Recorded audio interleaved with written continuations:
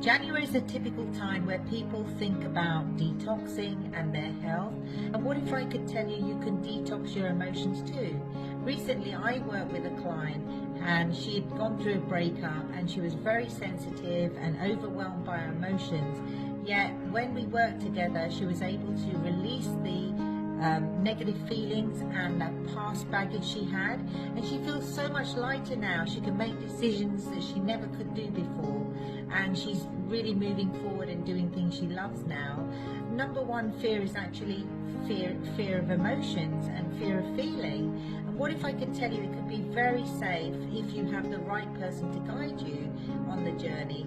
So for those of you that are new to me, my name is Neela Gohill and I'm a relationship and love coach. I'd love to serve you. I've created something very special. I don't usually do this.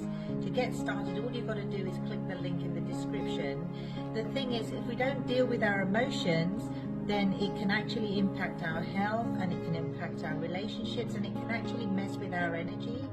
The number one gift you could give yourself this year is to make time and space for your emotions. Either speak to a friend, if you write, do that, do it through your art. But I'm really looking forward to connecting with you, and let's work on these negative emotions together so you can create the life you really love.